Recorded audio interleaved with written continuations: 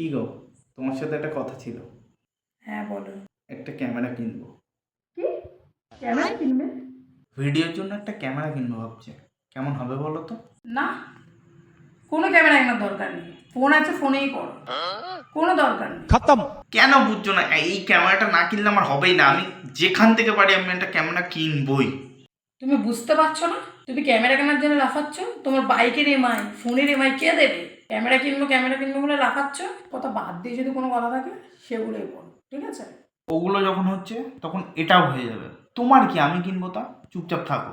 ঠিক আছে, আমি চুপচাপই থাকবো। এই মাসে সংসার খরচা 10,000 টাকা করে দিয়ে দিও, তারপর তুমি যা ইচ্ছা তাই করো, আমার দিকে লাভ নেই। 10,000 টাকা? 10,000 টাকা আমি দিতে পারবো না।